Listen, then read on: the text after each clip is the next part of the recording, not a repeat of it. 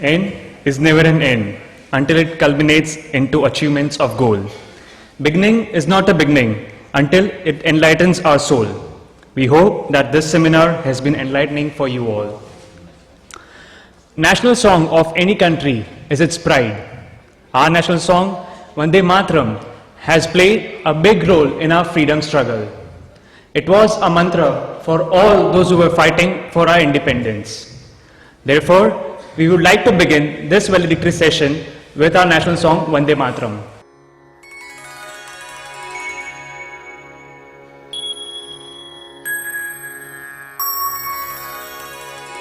Vande Mataram,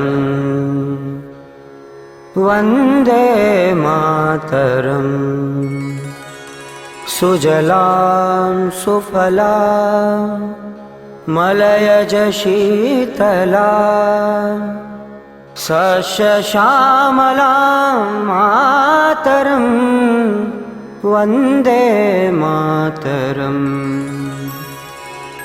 Shobhrajyotsna pulakitayaminim Fullakusumita drumadala shobhinim Suhasinim sumadhurabhashinim Sukhadam varadam mataram Vande Mataram. Koti koti kantha kala kala ninada karale Koti koti bhujair druta khara karwale Ke bole ma tumi abale bahubala dharinim Namami Tarinim Ripudalvarinim Mataram Vande Mataram Tumi Vidya, Tumi Dharma Tumi Rudhi, Tumi Marma Tvam hi Prana Sharire Bahute tumi ma shakti Hridaye tumi ma bhakti Tomarai pratima Gadi mandire mandire Mataram Vande Mataram Tvam hi Durga Dasha praharanadharinim Kamalam kamaladalaviharinim Vani vidya dainim Namami tvam namami kamalam Amalam atulam Sujalam sufalam mataram Vande Mataram. Shamalam saralam susmitam bhushitam Dharanim bharanim mataram Vande Mataram. Mataram Vande Mataram. Mataram Vande Mataram.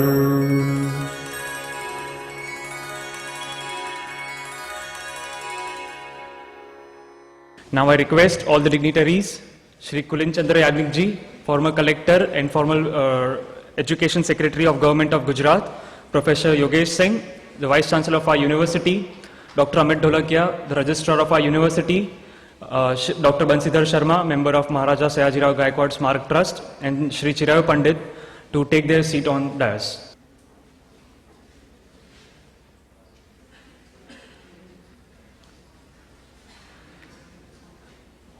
Today, at the end of the inaugural address, Shri Kulin Chandra Yagnik ji requested us that he wanted to speak when our Vice Chancellor would be here. So I invite Shri Kulin Chandra Yagnik ji. કુલપતિશ્રી અને મિત્રો, સવારે seminar શરૂ થયો તે પહેલાં શુભેચ્છાઓ આપી હતી, અભિનંદન આપ્યા હતા. સેમિનાર પૂરો થયો તે વખતે પણ ખૂબ ખૂબ અભિનંદન આપું છું. સારી રીતે સેમિનાર થયો, ખૂબ ગંભીર રીતે વિચારણાઓ થઈ, ઘણો આનંદ થયો. પણ હું ખાસ અત્યારે ઉપસ્થિત તો એક કામ માટે થયો છું કે ખાસ કરીને જ્યારે કુલપતિશ્રી અહીંયા હાજર છે અને ચાન્સેલર સાહેબ પણ આવવાના હતા પોતે, એટલે એક સૂચન કરવાનું મને મન થયું છે કે મહારાજા સયાજીરાવની તો આ યુનિવર્સિટી છે જ, એમના 150 વર્ષની જયંતિ આપણે ઉજવી રહ્યા છીએ. તે વખતે આજે આખો દિવસ જેની વાત કરી, ખાસ કરીને પબ્લિક એડમિનિસ્ટ્રેશનની, એ પબ્લિક એડમિનિસ્ટ્રેશનનું એક સેપરેટ ઇન્ડિવિજ્યુઅલ ડિપાર્ટમેન્ટ યુનિવર્સિટીમાં હોવું જોઈએ, એવી મારી ખાસ ભલામણ છે. આપણે ત્યાં પોલિટિક્સનું ડિપાર્ટમેન્ટ છે, એક પેપર પબ્લિક એડમિનિસ્ટ્રેશનનો હોય, પણ પબ્લિક એડમિનિસ્ટ્રેશન એઝ સચ એનો એ વિષય અત્યારે એટલો વિશાળ થઈ ગયો છે. અને ખાસ કરીને આજના સમયમાં આજે એડમિનિસ્ટ્રેશનની જે પરિસ્થિતિ છે, એડમિનિસ્ટ્રેશનનો જે વારસો આપણને મળ્યો હતો અંગ્રેજો તરફથી, વડોદરા રાજ્ય તરફથી, સૌરાષ્ટ્ર સરકાર તરફથી, અને એ વારસો આપણે કેટલો જાળવ્યો, એમાં કેટલા સુધારા કર્યા, ક્યાંક ક્યાંક નબળા પડ્યા, અને હજુ તો કેટલું મોટું એ આખું ક્ષેત્ર કેટલું બધું વિશાળ થવાનું છે. એ સંજોગોમાં આવા એક ડિપાર્ટમેન્ટની એવી જરૂર છે કે જ્યાં સરકારને પણ એડમિનિસ્ટ્રેશન વિશે કોઈક સતત ચાલતા એવા કન્ટિન્યુઅસ રિસર્ચનો લાભ મળે. એમાં પોલિસી રિસર્ચને પણ એનો આમેજ કરી શકાય, એમાં સરકારને જાત જાતના સ્ટડીઝ એમના થઈ શકે, સરકારના અને પબ્લિક બોડીઝ બધા જે હોય, લોકલ સેલ્ફ ગવર્મેન્ટના અને બીજા, એ બધાના કાર્યો વિશે પણ કંઈ સારા રિસર્ચ થઈ શકે, એમને માર્ગદર્શન આપી શકાય, એમાં કામ કરનારા માણસોને, બ્યુરોક્રેટ્સ હોય અથવા તો ઇલેક્ટેડ હોય, એમની ટ્રેનિંગની વાત થઈ શકે. આપણે ત્યાં સ્પર્ધાત્મક પરીક્ષાઓ થાય છે, તેના પ્રોગ્રામો પણ એની સાથે સાંકળી શકાય, એવું એક સરસ મજાનું પબ્લિક એડમિનિસ્ટ્રેશનનું ડિપાર્ટમેન્ટ હોવું જોઈએ. કમનસીબે ગુજરાતમાં અત્યાર સુધી એક જ યુનિવર્સિટી એવી હતી કે જે આવું ડિપાર્ટમેન્ટ ચલાવતી હતી, અને તે સુરતની યુનિવર્સિટી હતી. લગભગ 20 વર્ષ સુધી ખૂબ સુંદર કામ એ લોકો કરી રહ્યા છે. હમણાં પેટ્રોલિયમ યુનિવર્સિટીમાં પણ એનું ડિપાર્ટમેન્ટ શરૂ થયું છે, એવું મારા જાણવામાં આવ્યું છે.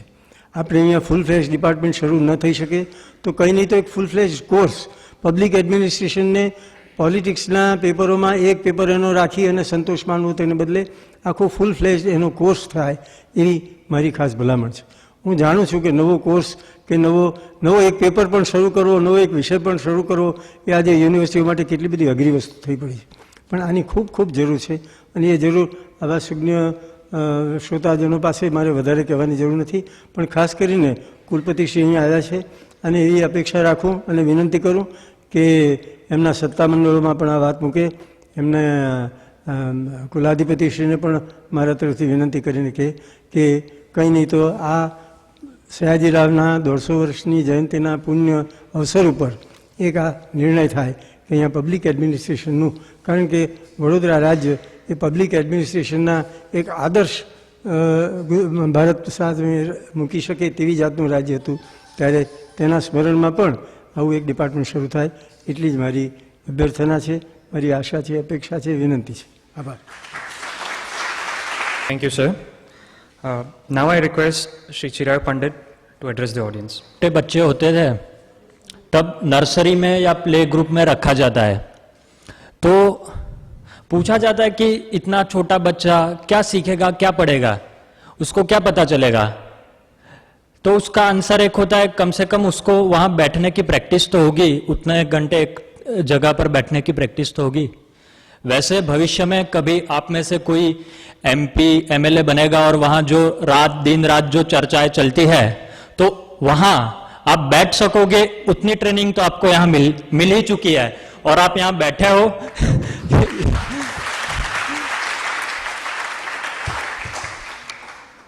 पहले के जमाने में गुरुकुल प्रथा थी.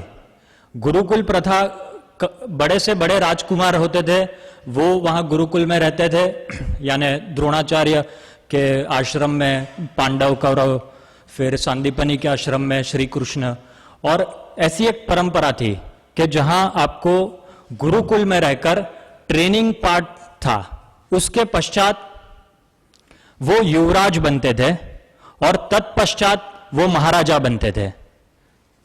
आजकल पूरी राजनीति में से जो ट्रेनिंग पार्ट है वो निकल गया है, अब सीधे लोग युवराज बनते हैं और उसी के कारण जो कुछ प्रॉब्लम आते हैं वो उसी के कारण आते हैं कि ट्रेनिंग पार्ट जो है वो चला गया है और सीधे युवराज बनते हैं। वीर सावरकर जब जेल में थे, अंडमान की जेल में, तब वहां तो लोगों को मिलने की भी बंदी थी, फिर भी जो क्रांतिकारी लोग थे उनको वो अपने साथ बिठाते थे और उनसे बात करते थे कि हम लोग केवल बम फेंक के पूरा व्यवस्था परिवर्तन करने की जो बात है कि अंग्रेज लोग चले जाएंगे, लेकिन उसके बाद ये पूरा जो एडमिनिस्ट्रेशन है वो कौन संभालेगा। उन्होंने ईरान की क्रांति का उदाहरण दिया है कि ईरान की क्रांति उस वक्त हो गई, व्यवस्था परिवर्तन हो गया, लेकिन उसके पश्चात पॉलिसी मेकिंग के लिए उनके पास कोई आदमी नहीं थे। उन्होंने अमेरिका से लोग मंगवाए, उन्होंने पॉलिसी बनाई जो उस परिस्थिति के लिए अनुकूल नहीं थी। तो उस कारण पूरे जो बलिदान थे, पूरी जो क्रांति थी वो निष्फल हो गई। वे सावरकर अपने साथियों से सवाल करते थे कि अपने में से कोई एक, जो जहाल और मवाड़ जो कहते थे, दादा भाई नावरोजी, हम में से कोई क्यों नहीं है, गोपाल कृष्ण गोखले जितना आर्थिक ज्ञान हम में से किसी में क्यों नहीं है, वो अर्जित करना चाहिए। और उन्होंने कहा कि किसी भी जो राजनीति में या एडमिनिस्ट्रेशन में जाना चाहता है वो 3 सब्जेक्ट्स, 3 विषयों का अभ्यास करना ही चाहिए। 3 ना हो तो उसमें से एक सब्जेक्ट उसका अभ्यास उसको करना आवश्यक है। और वो 3 सब्जेक्ट उन्होंने कहे थे, एक अर्थशास्त्र, दूसरा राजनीति शास्त्र और तीसरा इतिहास। ये 3 में से किसी एक पर तो आपका स्पेशलाइजेशन होना ही चाहिए जो पॉलिटिक्स में आना चाहते हैं। तो ये बात उन्होंने, जब वे अंडमान की जेल में थे 50 साल की, जब उनको कारावास दिया गया था, वो छूटेंगे या नहीं वो भी पता नहीं था, तब उनका ये थॉट प्रोसेस था। तीसरी और आखिरी बात, आजकल हम जब लोगों से मिलते हैं और इस राजनीति के बारे में बोलते हैं तो लोग कहते हैं ये डर्टी पॉलिटिक्स और इससे दूर ही रहते हैं तो अच्छा है। ऐसा एक सिनारियो हमें देखने को मिलता है। मैं थोड़ा अलग से सोचता हूं। महाभारत में एक श्लोक है, उसमें उन्होंने कहा है, भीष्म ने कहा है कि जैसे गाय का पंजा हो, फिर बाघ का पंजा हो, किसी भी पशु का पंजा वो जैसे हाथी के पंजा में समा जाता है, उसी प्रकार अर्थशास्त्र, धर्मशास्त्र, शिल्प, कला, स्थापत्य, ये सब कुछ राजधर्म में समा जाता है। जैसे कि हम कोई स्थापत्य, ताजमहल देखते हैं तो ये मुगल कालीन स्थापत्य है, कोई गुफा है तो कहते हैं ये मौर्य कालीन है। तो उस वक्त के राजा को जब साहित्य की बात करते हैं तो गांधी युगीन साहित्य ये बात करते हैं, तो उस पर भी राजनीति का प्रभाव है। आज हम क्रिकेट खेलते हैं, क्रिकेट के आईसीसी के चेयरमैन कौन है? शरद पवार। उनको बैट पकड़नी आती है? नहीं, उनको राजनीति करनी आती है। तो राजनीति से आप बचकर भाग नहीं सकते। जब आपके घर के ड्रेनेज है, वो ड्रेनेज फुल हो जाती है और वार्ड ऑफिसर जब नहीं मानता है, तब आपको कॉर्पोरेटर के पास, काउंसिलर के पास जाना पड़ता है। आपके घर की गटर तक राजनीति है, आप उससे बचकर भाग नहीं सकते।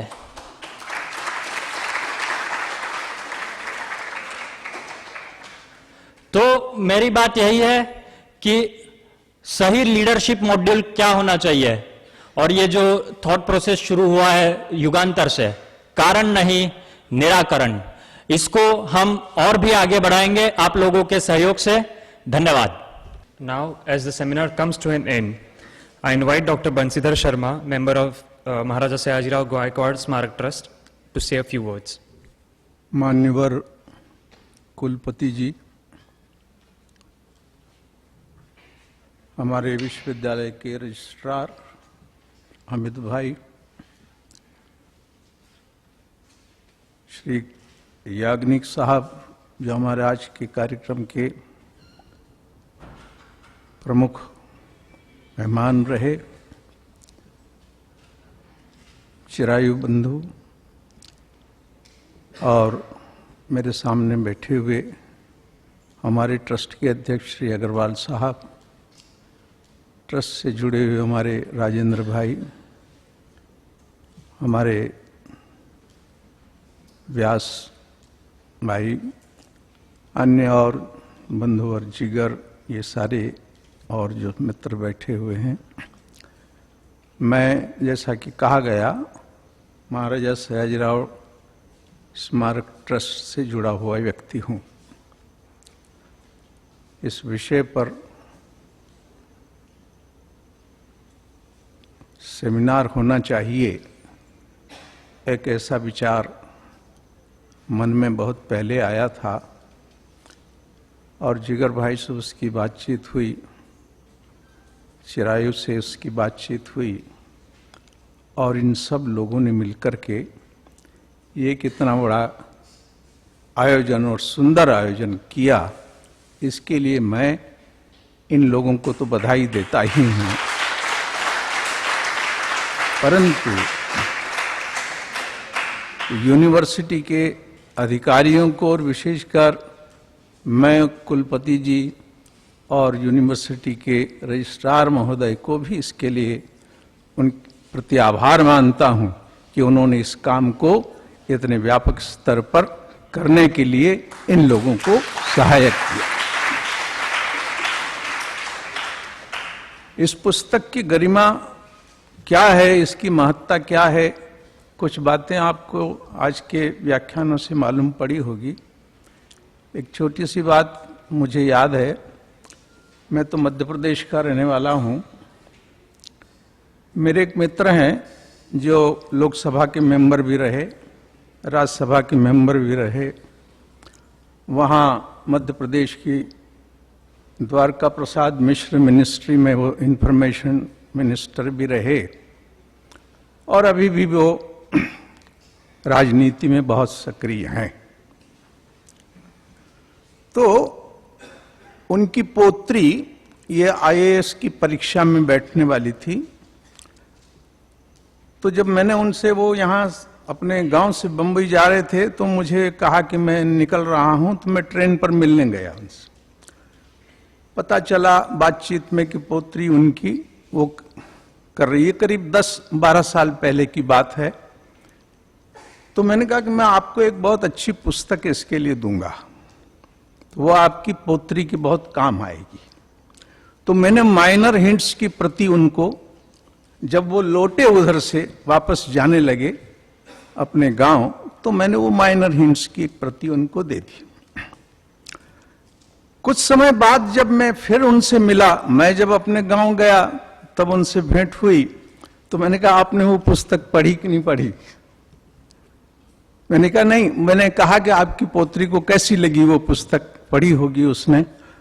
तो उन्होंने मुझसे कहा कि बंसी बाबू, उसको तो क्या, मुझे पढ़ना चाहिए वो पुस्तक। तो पहले राजनीति में काम करने वाला आदमी जो संसद सदस्य रहा, मिनिस्टर रहा, राज्यसभा का सदस्य रहा, वो कह रहा है कि उसको तो क्या दूं, मैं पहले पढ़ूंगा उसको तब उसको दूंगा मैं। तो इतने महत्व की पुस्तक वो उस समय भी उनको लग चुकी थी। तो ऐसी महत्वपूर्ण पुस्तक पर तो ये आयोजन किया है। मैं तो बहुत एक आप सब लोगों के या कार्यकर्ताओं के इस परिश्रम से बहुत चकित हूं। जब प्रस्ताव आया, किया गया इस पुस्तक पर सेमिनार करने का, तो मेरी कल्पना ये नहीं थी कि इतना व्यापक रूप से और इतना सुंदर आयोजन ये हो सकेगा। पहली बात है कि एक पुस्तक पर सेमिनार करना यानी क्या, ये तो बहुत सामान्य सी बात है। तो वो मेरे ध्यान में ऐसा एक व्यापक कार्यक्रम होगा और बहुत प्रेरक कार्यक्रम होगा, ऐसी मेरी कोई परिकल्पना नहीं थी। महाराजा सयाजीराव के 150वें वर्ष में ये कार्यक्रम हुआ है, ये बहुत अच्छी बात है। और यूनिवर्सिटी के सहयोग से ऐसे ही कार्यक्रम आगे भी और चलते रहें कुछ विषयों को लेकर के, तो मैं सोचता हूं कि हम महाराजा को बहुत बड़ी आदरांजलि अपनी तरफ से अर्पित कर सकेंगे।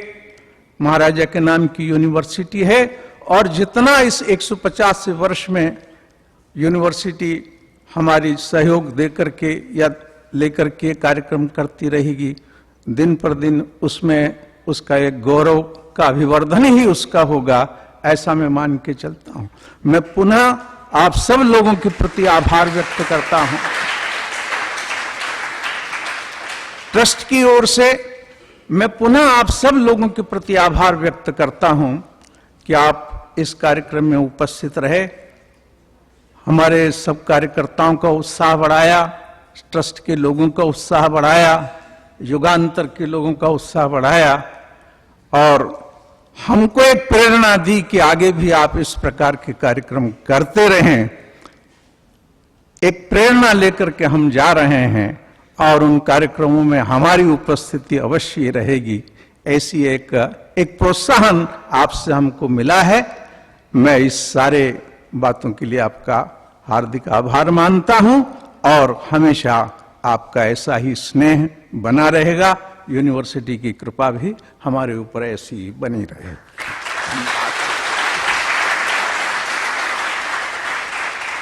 Thank you very much, sir. Now I invite Shri Jigari Namdar, syndicate member of our university and coordinator of Yugantar, to propose the vote of thanks.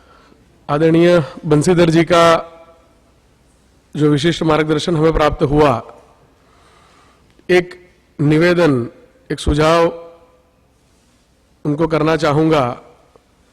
साथ ही में ये सुझाव यूनिवर्सिटी को भी है। यूनिवर्सिटी की डिसीजन मेकिंग अथॉरिटी, हमारे सम्मानीय वाइस चांसलर साहब भी हैं, हमारे रजिस्ट्रार साहब भी हैं। ये पुस्तक अंग्रेजी में कंपाइल हुआ, उसके बाद उसका गुजराती में भाषांतर हुआ।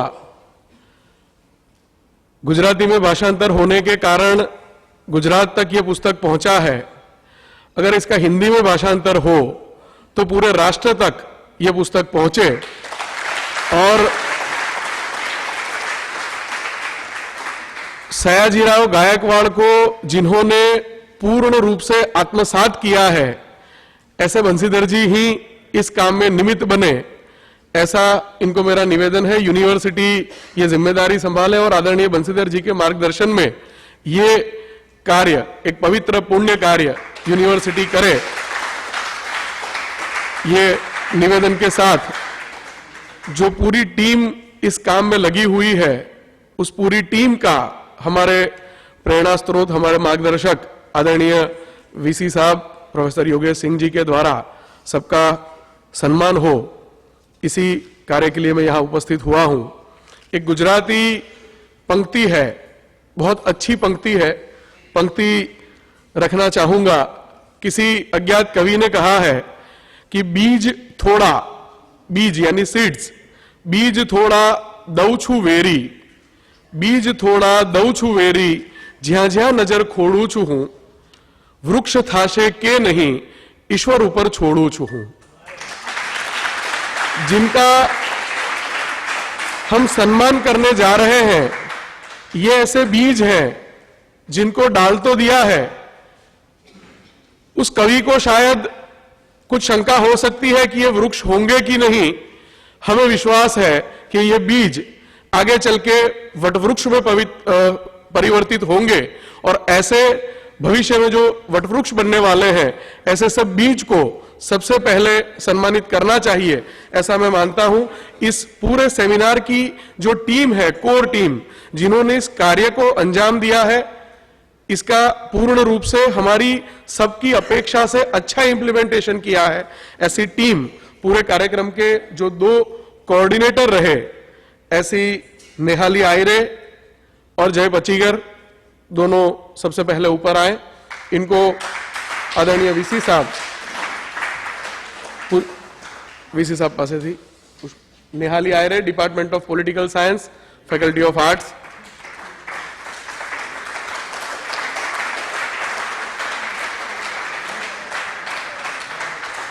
जो ब्रोशर आप लोगों को दिया गया था उसमें जो कंसेप्ट नोट लिखी हुई थी, ये SY BA की स्टूडेंट नेहाली ने लिखी है। शायद नहीं 100%, अगर वो कंसेप्ट नोट मुझे लिखने को दी होती तो मैं इतनी अच्छी नहीं लिख पाता। Really congratulation to her. Nehali और जय, इन्होंने इस कार्यक्रम का संचालन भी बहुत अच्छी तरीके से किया और कोऑर्डिनेशन भी बहुत अच्छा किया। दोनों को हृदयपूर्वक अभिनंदन। बाकी जो अपनी पूरी टीम है, अंकित पटेल, एक एक करके मैं नाम बोलूंगा। N राहुल सिंह, सागर राजपूत,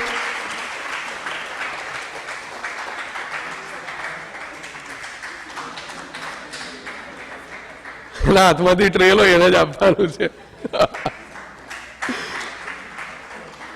साक्षी नागरकर, रिद्धि गुप्ते, हितेश ब्रह्मभट्ट, केतन उपाध्याय,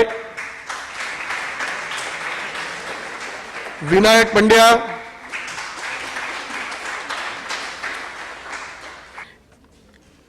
ये पूरी टीम के साथ, हितेश भाई एक मिनट उभा रहे। जो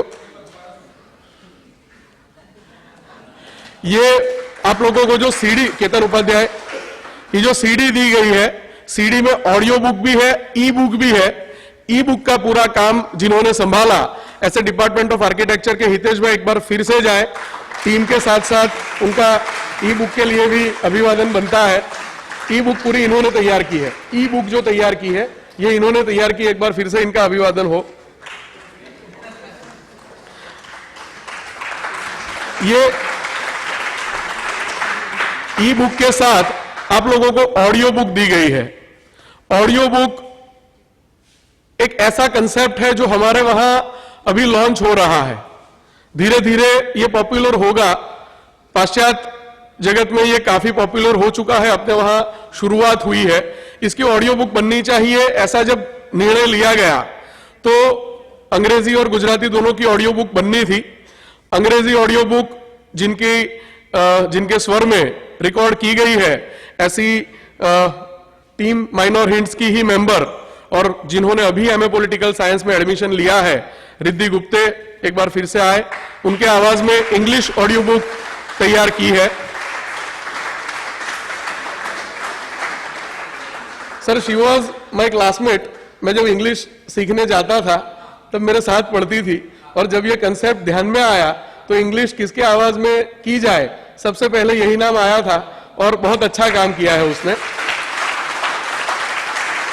गुजराती ऑडियो बुक, कुछ ऐसे संजोग हुए, गुजराती ऑडियो बुक मूलभूत आदरणीय पंडित जी के स्वर में तैयार करने का हमारा प्लानिंग था। काफी बर्डन्स होने के कारण वो पूरा नहीं हो पाया, ऐसा लगता था, क्योंकि पूरी जिम्मेदारी में कुछ और कामों में लगा हुआ था, पंडित जी इनकी सहायता में थे।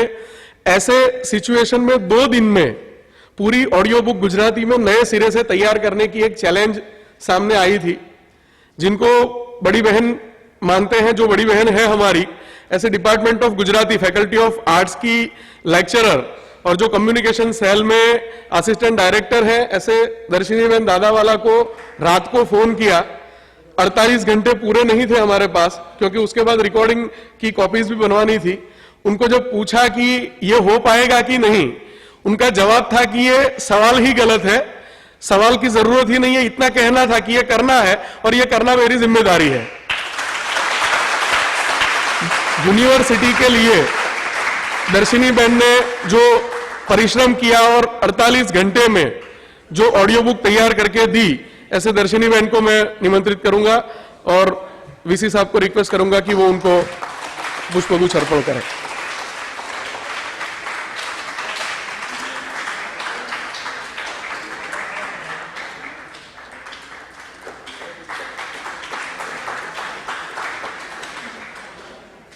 मैं आदरणीय वीसी साहब को रिक्वेस्ट करूंगा कि आदरणीय याग्निक जी, जो आज हमारे बीच यहाँ पे सुबह से आए उनका भी सम्मान करें। आदरणीय बंसीधर जी शर्मा, आदरणीय बंसीधर जी शर्मा को भी वीसी साहब पुष्पगुच्छ अर्पण करें।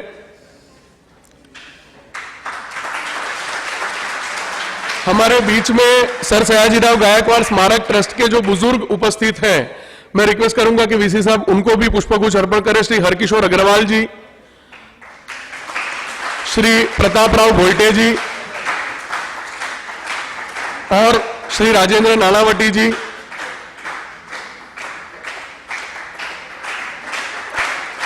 हमारे हमेशा के सहायक तुषार व्यास जी,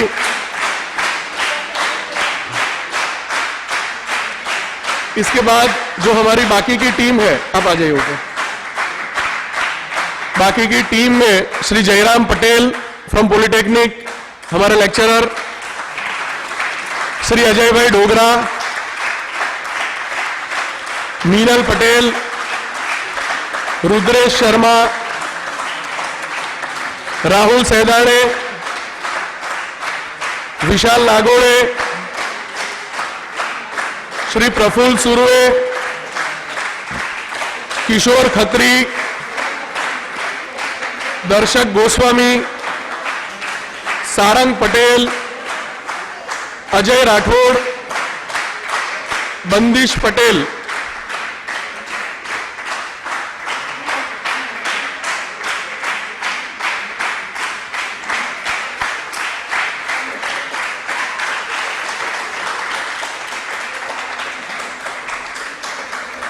जिनको सबसे आखिर में बुला रहा हूं, ऐसे युगांतर के हमारे सभी मित्र श्री कौस्तुभ पंडित, बलविंद्र सिंह तोमर जो है नहीं यहां पर, श्री मेहुल लाखानी, सत्येन कुलाबकर,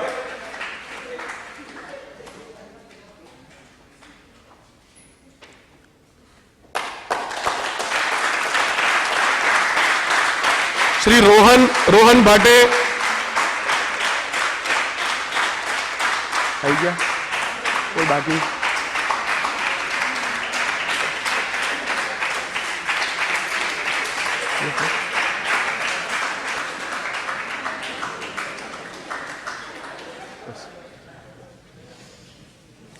दो मिनट कुछ नामों का उल्लेख करना है वो कर लेता हूं। जिनका विशेष सहयोग प्राप्त हुआ है, ऐसे नामों का उल्लेख आप सबके सामने करना चाहूंगा। युगांतर के pattern professor Yogesh Singh sir, हमारी स्टीयरिंग कमेटी में हमेशा हमारे साथ रह के जिनका सहयोग और आशीर्वाद प्राप्त हुआ, ऐसे अमित ढोलकिया जी, हमारी एक और ज्वाइंट कोऑर्डिनेटर आदरणीय पंडित जी के साथ जो दूसरे ज्वाइंट कोऑर्डिनेटर थे, जो अभी दिल्ली न्यूपा के अंदर लेक्चरर हैं, ऐसी डॉक्टर कश्यपी अवस्थी, निधि शेंदुरनीकर जो पीएचडी स्टूडेंट है डिपार्टमेंट ऑफ पॉलिटिकल साइंस में, डिजाइन की पूरी जिम्मेदारी जो हमेशा से संभालते रहे हैं, ऐसे निमेश शाह, बीबीए स्टूडेंट एसोसिएशन के सभी फ्रेंड्स। इसके बाद जिनका विशेष उल्लेख होना चाहिए, ऐसे श्री प्रवीण सिंह जी गायकवाड़, ट्रेजरर महाराजा सयाजीराव गायकवाड़ स्मारक ट्रस्ट, जिन्होंने अपनी वीडियो मैसेज हमको यहां भेज के हमें एक प्रकार का आशीर्वाद दिया। ऐसे सर टी माधवराव के वंश के एक सदस्य, सम्मानीय सदस्य Shrimati Urmila Lal ji, Shri H G Rathwa ji, superintendent Gujarat state archives, जिनके द्वारा हमको ये पुस्तकें प्राप्त हुई, Shri C K Solanki, office superintendent state archives. इसके बाद श्री प्रणव कोठी, जिन्होंने इसका रिकॉर्डिंग पुणे जाके किया और हमको उपलब्ध करवाया। माइनर हिंट्स पुस्तक, ये हमारे युगांतर में जितने भी अतिथि आए थे, इन सभी को हम दे पाए थे, और उसकी जो क्वांटिटी थी वो इतनी लार्ज क्वांटिटी में हमको दी गई थी जिसकी हमें अपेक्षा नहीं थी। 2-3 किताब लेने के लिए दौड़ना पड़ता था, ऐसे में 150 किताब हमको दी गई, और इसके लिए जिनका हमें सहयोग प्राप्त रहा, इसमें डॉक्टर ज्योतिबेन पंड्या हमारी मेयर, और उनके साथ मैं विशेष उल्लेख करना चाहूंगा श्री विजय शाह, डॉक्टर विजय शाह जो स्टैंडिंग कमेटी के अध्यक्ष हैं, उन्होंने भी ब्लाइंड हेल्प इसके अंदर हमेशा हमारी की है। श्री अक्षय परनामी जो हमारे सेनेट मेंबर हैं, उनका भी विशेष सहयोग हमें प्राप्त रहा। 3 और उल्लेख करना चाहूंगा जो आज यहाँ पर अभी उपस्थित नहीं है, श्री बालू शुक्ला जी जो हमारे चीफ गेस्ट थे अभी के सेशन में, लेकिन उनका अन्यत्र राजकीय कार्यक्रम होने के कारण वो हमारे बीच नहीं आ पाए हैं। श्री विनोद राव जी जो हमारे उद्घाटन सत्र में हमारे बीच रहे थे और काफी अच्छा मार्गदर्शन उनके द्वारा प्राप्त हुआ। श्री परिमल व्यास जी फैकल्टी ऑफ कॉमर्स के डीन, जिनके द्वारा हमको ये ऑडिटोरियम प्राप्त हुआ। 3 वक्ता जिनके मार्गदर्शन आज हमें पूरे दिन में प्राप्त हुए हैं, श्री विनय पत्राले जी पर्सनल मैनेजमेंट, श्री दिनेश दासा जी पॉलिटिकल मैनेजमेंट और श्री राकेश शंकर जी हमारे डायनेमिक आईएएस गवर्नेंस का विषय जिनके द्वारा हमें सुनने को मिला, इनका भी हम हृदयपूर्वक आभार प्रकट करते हैं। तीनों सत्र में अध्यक्षता जिन्होंने स्वीकार की, ऐसे पहले सत्र में professor TK Das faculty of science mathematics department के हेड हमारे बीच रहे। दूसरे सत्र में हमारे ही आदरणीय अमित ढोलकिया जी हमारे बीच रहे और तीसरे सत्र में डॉक्टर प्रज्ञेश शाह जी हमारे बीच रहे। तीनों का हृदयपूर्वक मैं आभार प्रकट करता हूं। इन सभी का एक बार फिर से मैं अभिनंदन प्रकट करता हूं। कहीं पे भी कहीं चूक रही हो तो उसके लिए क्षमा प्रार्थी हूं। और बाकी पूरे दिन में जो हमारे सिंडिकेट मेंबर्स, सेनेट मेंबर्स पूरे दिन में हमारे पास आते जाते रहे और उन सभी का मैं हृदयपूर्वक आभार व्यक्त करता हूं। अभी भी हमारे बीच हमारे काफी सेनेट मेंबर, सिंडिकेट मेंबर्स सभी उपस्थित हैं। आदरणीय हरिभाई उपस्थित हैं, हेमलबेन उपस्थित हैं, अभी फैकल्टी ऑफ लॉ से हमारे मैडम उपस्थित हैं। सभी का एक बार फिर से अभिनंदन प्रकट करना चाहूंगा। डेप्यूटी चीफ वार्डन विजय भाई भी हैं, हमारे तीनों हॉल के वार्डन कुछड़िया जी, नकूम जी, हमारे आशीष गुरु जी उपस्थित हैं, सुनील कहार जी हैं। सभी जो भी हमारे सेनेट मेंबर्स रहे, सिंडिकेट मेंबर्स रहे, वार्डन्स, सबने इस कार्यक्रम को अपना मान के यहाँ पे आए, सबके साथ पूरे दिन रहे। इन सभी का एक बार फिर से आभार, अभिनंदन, अभिवादन। आप सब इसी तरह साथ रहेंगे ऐसी अपेक्षा। धन्यवाद। Thank you very much, Jigar bhai. Thank you. Now I invite our Vice Chancellor, Sir, Professor Yogesh Singh, to deliver the valedictory address. सबसे पहले 2 लोगों को बुलाना चाहूंगा जिनका सम्मान और होना चाहिए। एक जिगर इनामदार, ऊपर आए जरा, और एक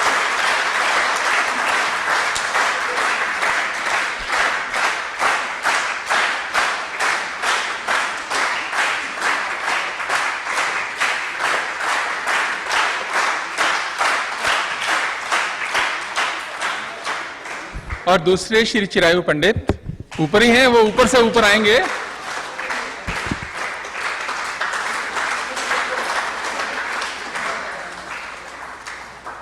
आदरणीय श्री याग्निक जी, श्री बंशीधर शर्मा जी,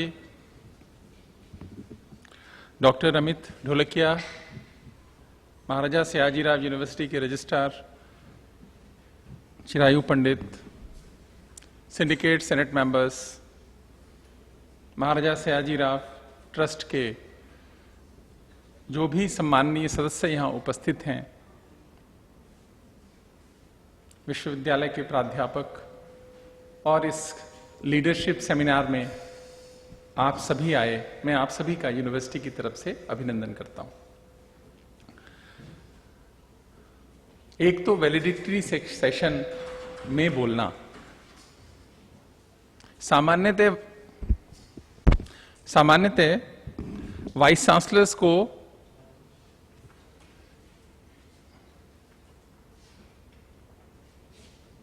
ठीक है, हाँ, सामान्यतः वाइस चांसलर्स को वैलिडिटरी सेक्शन में बोलने का अभ्यास नहीं होता।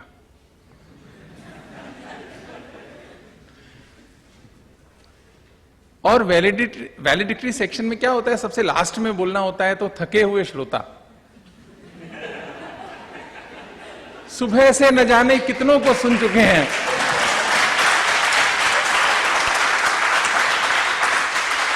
लेकिन उसके बावजूद आप सभी इतने उत्साह से बैठे हैं, तो मैं आप सबका आभार व्यक्त करता हूं।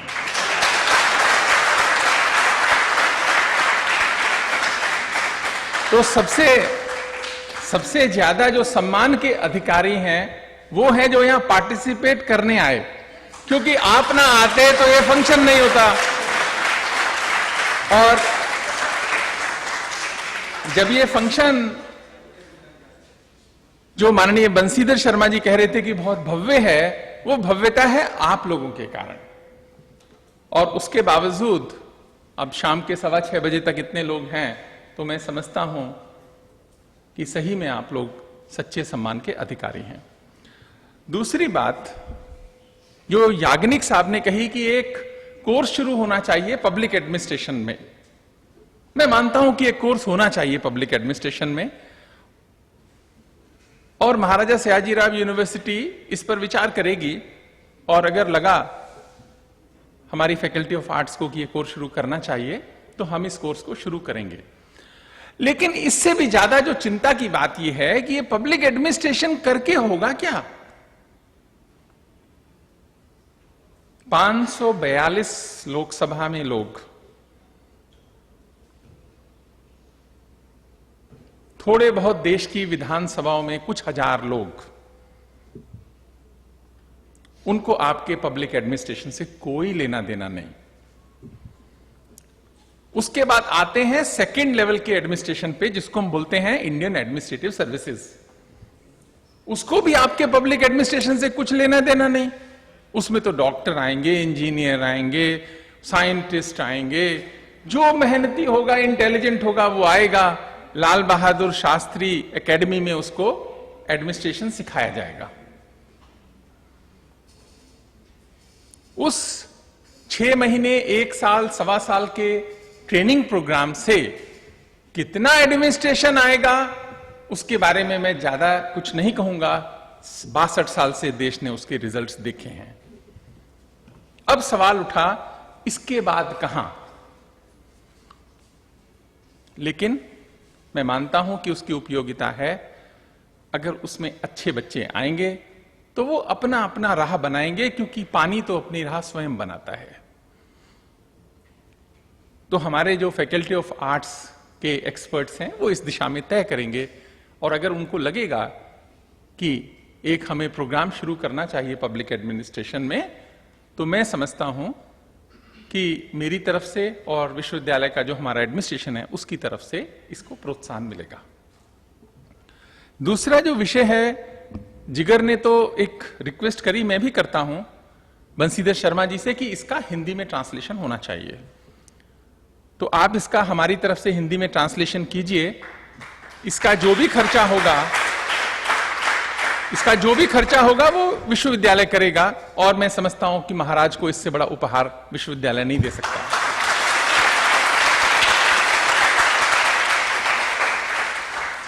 क्योंकि अंग्रेजी जानने वालों की संख्या इस देश में 2% है। 131 करोड़ के देश में 2% है जो अंग्रेजी बोल सकते हैं। 10% तक ऐसे हैं जो अंग्रेजी समझ सकते हैं। 7 करोड़ गुजराती भी निकाल दीजिए आप, क्योंकि आपने गुजराती में उसको बना दिया है। इसके बावजूद भी कम से कम 90 करोड़ का यह देश, जिसमें से कम भी 20 करोड़ लोग ऐसे होंगे जो पढ़ना चाहें, जो पढ़ने वाली उम्र के बीच में है, 18 साल से लेकर और किसी भी उम्र तक, उन सबको ऐसी इसकी उपयोगिता रहेगी। इसलिए मैं समझता हूं यह बहुत अच्छा प्रोजेक्ट है और हमको इसको लेना चाहिए। चलिए, इसके बाद में जो ये सब्जेक्ट है लीडरशिप, बहुत इंटरेस्टिंग सब्जेक्ट है। और जब ये चिराऊ पंडित बोल रहे थे, सावरकर जी का नाम ले रहे थे और बहुत सारे बड़े बड़े इस देश के शहीदों का नाम ले रहे थे, तो मैं सोच रहा था क्या वास्तव में लीडर्स प्रोड्यूस किए जा सकते हैं? क्या कोई ट्रेनिंग प्रोग्राम करा के, थोड़ा समझा के लीडर्स प्रोड्यूस किए जा सकते हैं? फिर चिरायू ने और एक सपना दिखाया कि आप सब देश की लोकसभा और विधानसभा में जाओ। बहुत अच्छी बात है, बहुत अच्छा सपना है, जाना भी चाहिए, अच्छे लोगों को राजनीति में आना भी चाहिए। लेकिन क्या लीडरशिप केवल राजनीति तक सीमित है? क्या लीडरशिप के वास्तव में मायने क्या हैं? और इस आजाद भारत में 62 वर्ष 63 वर्ष की आजादी के बाद में आज देश में लीडरशिप क्राइसिस हो गई, ऐसी लोग बात क्यों कर रहे हैं? तो फिर बुनियादी सवाल उठता है कि क्या लीडर्स प्रोड्यूस हो सकते हैं या लीडर पैदा होते हैं? अब आप कहोगे कि अगर पैदा होने वाली ही बात है तो फिर इन सब की क्या जरूरत है, जो पैदा होगा वो तो हो ही जाएगा, परिस्थितियां पैदा कर देंगे नहीं तो। ये बात तो ठीक है, मेरा इसमें ऐसा मानना है लीडर पैदा होते हैं, लेकिन हमको ये मालूम नहीं होता कि हमारे अंदर वो है कि नहीं है वो लीडरशिप, इसलिए लीडर्स को डेवलप किया जाता है। इसलिए लीडरशिप को डेवलप किया जाता है। जब सिकंदर छोटा बच्चा था, जिसको हम अलेक्जेंडर बोलते हैं, तो क्या था, उसके जो पिताजी थे फिलिप, उन्होंने भी बहुत सारे युद्ध जीते, और जब वो एक युद्ध जीतते थे और जीत का जश्न मनाया जाता था, तो वो जो छोटा सिकंदर था वो रोता था। उम्र थी बच्चे की 8-10 बरस की। तो किसी ने पूछा कि तुम क्यों रोते हो, तुम्हारे पिताजी जीते हैं, आज जश्न का दिन है, सब खुश हैं और तुम रोते हो। तो वो छोटा बच्चा कहता है कि यदि सारा संसार इन्होंने जीत लिया तो मैं क्या जीतूंगा, कि यदि सारा संसार इन्होंने जीत लिया तो मैं क्या जीतूंगा, मेरे हाथ क्या बचेगा। इतने छोटे बच्चे में जो लालसा है, जो दृढ़ निश्चय है कि मुझको कुछ करना है, उसका ही परिणाम संसार ने बाद में देखा, जो अलेक्जेंडर ने किया। इसलिए लेकिन जो लीडरशिप की बात है ना, सबसे जो इंपॉर्टेंट बात यह है, वो है जो हमको सबको समझनी चाहिए जिंदगी में, पॉलिटिकल लीडरशिप बहुत जरूरी है। हम सबको, जिसको भी उसमें कोशिश करनी है, जिसको अच्छा लगता है उसको कोशिश करनी चाहिए, लेकिन उससे देश को फायदा होना चाहिए। राजनीति कभी प्रोफेशन नहीं था। आप अगर लीडर हैं, मैं अभी आऊंगा बुनियादी सवाल पे इसके बाद, अगर आप लीडर हैं, अगर आप सेक्रीफाइस कर सकते हैं तो आप लीडर हो सकते हैं। लीडर केवल सेक्रीफाइस करता है, लीडर कुछ लेता नहीं है। अगर महात्मा गांधी आज जाने जाते हैं तो अपने सेक्रीफाइस के कारण जाने जाते हैं, लेकिन उसके बावजूद भी जब हम सेक्रीफाइस की बात करते हैं तो केवल पैसे की बात नहीं है, वो टाइम की भी बात है, और एक बड़ा आपका हृदय होना चाहिए, सोच होनी चाहिए आपकी, कि आप बहुत सारे लोगों को इंस्पायर कर सकें। कहने से इंस्पायर कोई होता नहीं है, वो आपके करने से इंस्पायर होता है कि आप क्या करते हैं। कहते कुछ है, करते कुछ है, ये तो देश बहुत साल से देख रहा है। आप कहते कुछ है, करते कुछ है, होता कुछ है, मन में कुछ है, लेकिन उससे क्या होता है,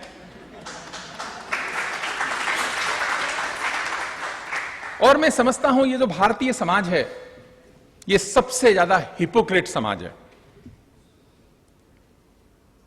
क्योंकि जो हम मानते हैं वो कहते नहीं है, और जो कहते हैं वो कभी करते नहीं है।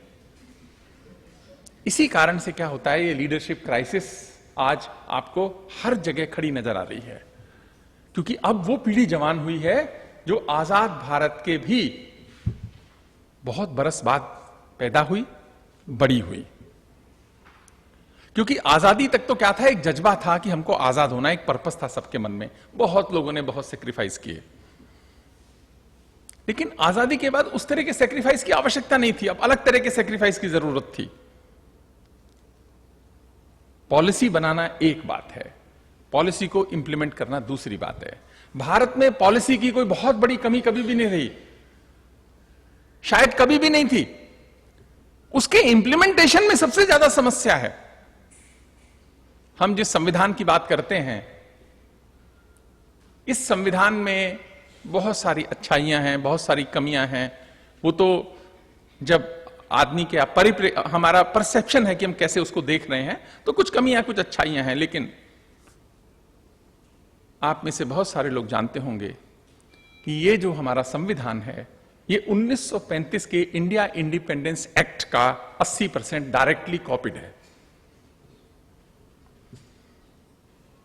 तुषार व्यास जी की थोड़ा परेशान हुए मेरी बात सुन के, तो वकील हैं, वो जानते हैं, संविधान को समझते हैं, मैं उतना नहीं समझता हूं। 80 नहीं होगा तो 75 होगा, 80 नहीं होगा तो 75 होगा। इंडिया इंडिपेंडेंस एक्ट और भारतीय संविधान में 75% समानता। उसका कारण पता है क्या है? कारण यह है कि जिस समय यह जिम्मेदारी दी गई कॉन्स्टिट्यूशन बनाने की, और कॉन्स्टिट्यूशन कमेटी ने 4 महीने में अपनी रिपोर्ट सबमिट कर दी। फर्स्ट ड्राफ्ट आजाद होने के 4 महीने के अंदर सबमिट हुआ,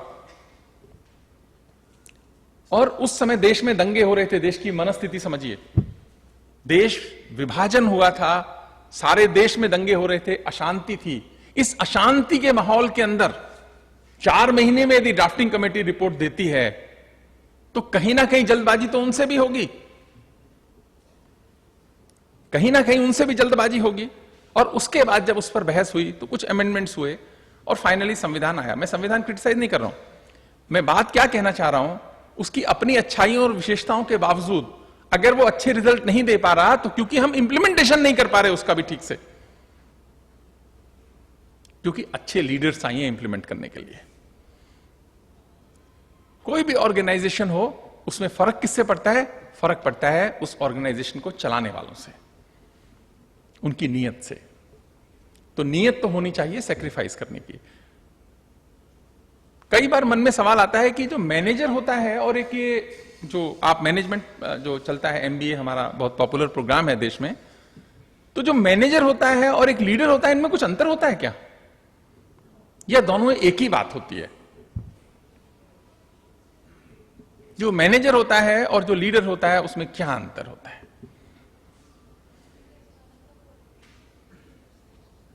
उसमें एक बुनियादी अंतर होता है। मैनेजर सिस्टम्स में विश्वास करता है,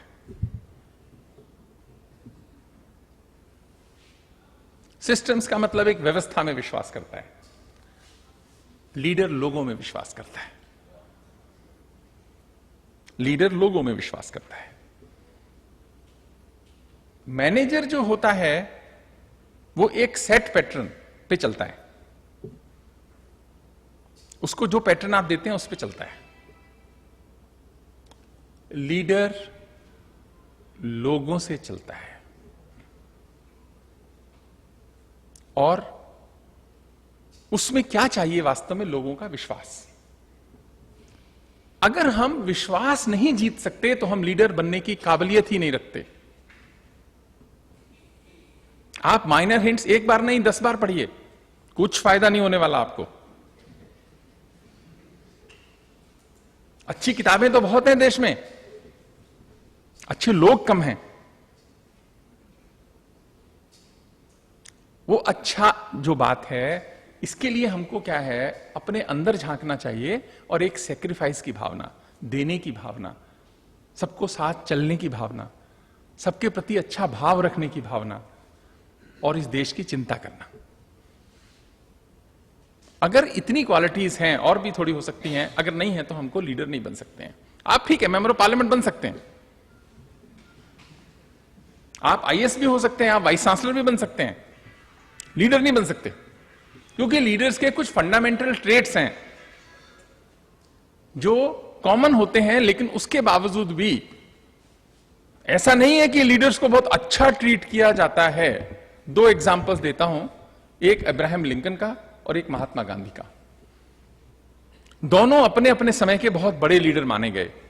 दोनों ने कुछ ऐसा किया जो दूसरे नहीं कर पाए, और उन्हीं देश के, उन्हीं समाज से उनकी हत्या हुई, दोनों की हत्या हुई।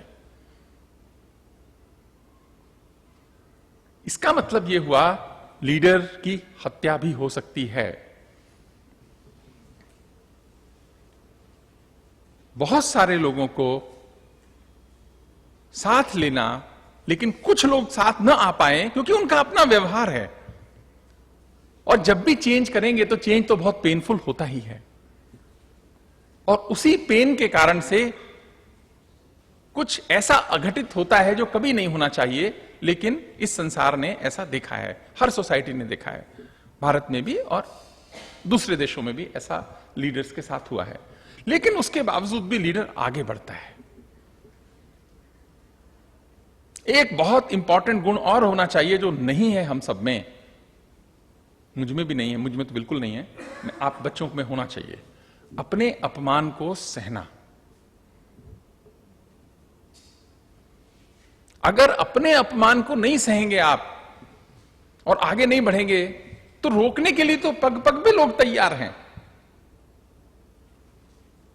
हमेशा जो बड़े बड़े लीडर्स हुए उनके बहुत बहुत अपमान हुए, उसके बावजूद आगे बढ़े, क्योंकि उन्हें अपमान को सहने की शक्ति थी और उससे वो डिमोरलाइज नहीं होते थे।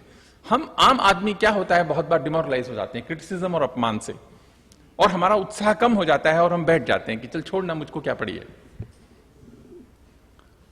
और उससे क्या होता है, आपका नुकसान तो चलो थोड़ा होता ही होगा, इस समाज का और देश का बहुत नुकसान होता है। और इतने बरस के बाद आज अगर हम लीडर्स नहीं प्रोड्यूस कर रहे, किसी भी फील्ड में नहीं प्रोड्यूस कर पा रहे, तो कहीं ना कहीं बहुत सॉलिड इस व्यवस्था का दोष है, क्योंकि देने की भावना और प्रवृत्ति में कमी आई है, दूसरों को एडजस्ट करने की भावना में कमी आई है।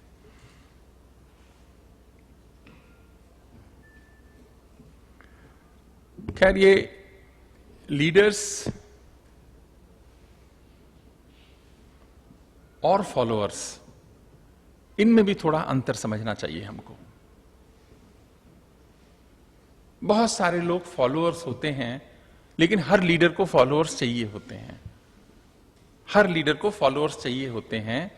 कोई भी व्यवस्था, वो जो एडवाइजर्स हैं, जो फॉलोअर्स हैं, जो माइनर हिंट्स बात करती है कि उनके एडवाइस, अब मैं फॉलोअर इसलिए नहीं कह रहा हूं, वो फॉलो कर रहे हैं एक सिस्टम को, एक व्यवस्था को, एक विचार को फॉलो कर रहे हैं, तो उनके जो एडवाइजेज हैं, माइनर हिंट्स में बोलते हैं कि उसको बहुत महत्व दिया जाना चाहिए। वो तो राजा के संदर्भ में बात है, लेकिन उसको बहुत महत्व दिया जाना चाहिए, क्योंकि हर एक के पास में सारे फैक्ट्स एंड फिगर्स हो नहीं सकते हैं। इसीलिए जब कई बार कलेक्टिव लीडरशिप की बात होती है, तो कलेक्टिव लीडरशिप तो ठीक है, कलेक्टिव डिसीजन मेकिंग भी ठीक है, डेमोक्रेसी में वो जरूरत है उसकी, पर उसके बावजूद भी उन लोगों की, वो जो थोड़े से लोग हैं, फर्क सिर्फ उनकी नियत से पड़ता है।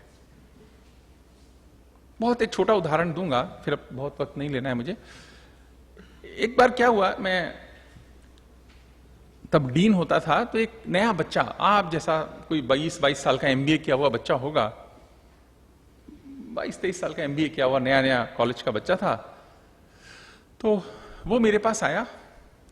तो कुछ उन दिनों कुछ परचेज का, टेंडरिंग का सिस्टम चल रहा था। उसने कहा, सर 1 मिनट बाहर आओगे क्या? मैंने कहा चलो आता हूं बाहर। जब मैं अपने कमरे से बाहर आया तो उसने कहा, सर जरा साइड में बात करनी है आपसे। तो कहता, सर ऐसा है, ये अपन को करना है, तो मैं ऐसा है 15-20% तक आपको दे देंगे इसमें से। मैंने कहा, बेटा तेरी उम्र क्या है? कहता, सर 23-24 साल, अभी अभी एमबीए किया मैंने बहुत अच्छे इंस्टीट्यूशन से। तो मैंने कहा, तुमको ये सिखाया क्या? मैंने कहा, बेटा देख, 23 साल की उम्र में तेरी तो हिम्मत देख, और मेरी बेवकूफी देख कि मैं जानते हुए भी बाहर आया तेरे साथ। मैं जानते हुए भी, मैं समझ गया था कि तू क्या कहने वाला है, लेकिन मैं जान के बाहर आया तेरे साथ। तुझको ऐसा नहीं लगता कि यहां कुछ गलत है इसमें? नहीं सर, अपने पास सिस्टम है पूरा, चिंता नहीं करो। कंपनी में अपना जो प्रोडक्ट का जो कॉस्टिंग करते हैं, उसमें अपन रखते हैं 20-25%। मैंने कहा, वो सही है क्या? कहता, सर यही होता है। उसने कोई टेक्निकल टर्म भी मुझे बता दी, कोई मैनेजमेंट का बैठा होगा तो शायद बता भी देगा, मुझे ध्यान नहीं आ रही वो टर्म का नाम क्या था। उसने वो टर्म भी बता दी, कस्टमर रिलेशनशिप फंड, समथिंग कुछ उसने बताया कि सर इतना तो कोई खास बात नहीं है। मैंने कहा, बेटा एक बात और बता, ये जो हम इतने सारे लोग इस देश को आजाद कराने के लिए शहीद हो गए, वो ऊपर से बैठ के देखते होंगे तो उनको कैसा लगता होगा कि 23-24 साल का बच्चा, नया नया पास हुआ एमबीए, जिसमें फुल ऑफ एनर्जी है, इंस्पिरेशन है, वो कुछ करना चाहता है, और आप उसको ये सिखाया जा रहा है कि आप जाते ही बोल देना है कि 20% दे देंगे या 15% दे देंगे। मैं कहा, बात 20 और 15% की नहीं है, बात आपकी व्यवस्था की है कि किस तरीके से हम अपने सिस्टम को ऑपरेट कर रहे हैं। तो उनको कैसा लगता होगा? वो क्या जवाब देता है? छोड़ो ना सर, उनको क्या लगना है, चले गए वो तो। लीडर को बेईमान नहीं होना चाहिए। आप बेईमान हैं तो अच्छे लीडर बन ही नहीं सकते। आप बड़ी पोजीशन तो ले सकते हैं, क्योंकि आज क्या है, उसका लिंक नहीं रहा आपस में पोजीशन का और उसका, लेकिन अच्छे लीडर नहीं बन सकते। इसीलिए अगर आपने माइनर हिंट से भी कुछ सीखना है, बाकी सबसे भी सीखना है, तो एक तो सही बात यह है कि आप लोगों को साथ लेके चलो, ईमानदार बनो, एक दृष्टि रखो, कुछ अच्छा करने की एक लगन रखो, अच्छा करने की लगन।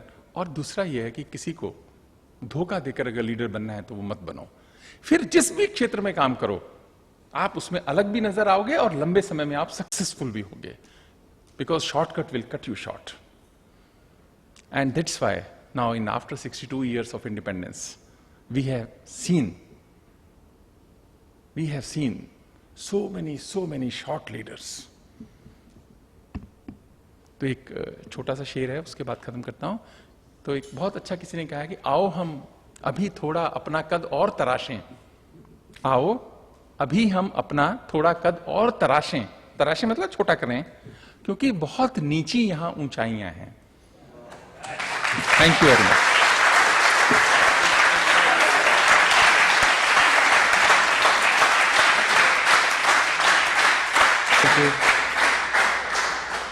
Thank you very much, sir, for highlighting the realities our country is facing and giving a thrust to our participants to work in that direction. Now, I, on behalf of my team, would like to thank Jigar Bhai to giving us an opportunity to associate with you, where we learned a lot, experienced how to manage and lead. Thank you very much. So, now we come to the end of the seminar. I hope you take at least a small percentage of what you heard over here, what you learned over here. Thank you very much. Now I request all of you to raise on your places for the national anthem. जनगण मन अधिनायक जय हे, भारत भाग्य विधाता, पंजाब सिंध गुजरात मराठा, द्राविड़ उत्कल बंगा, विंध्य हिमाचल यमुना गंगा, उच्छल जलधि तरंग, तव शुभ नाम जय, तब शुभ आशीष मांगे, गाहे तव जय गाथा। जनगण मंगल नायक जय हे, भारत भाग्य विधाता, जय हे जय हे जय हे जय जय जय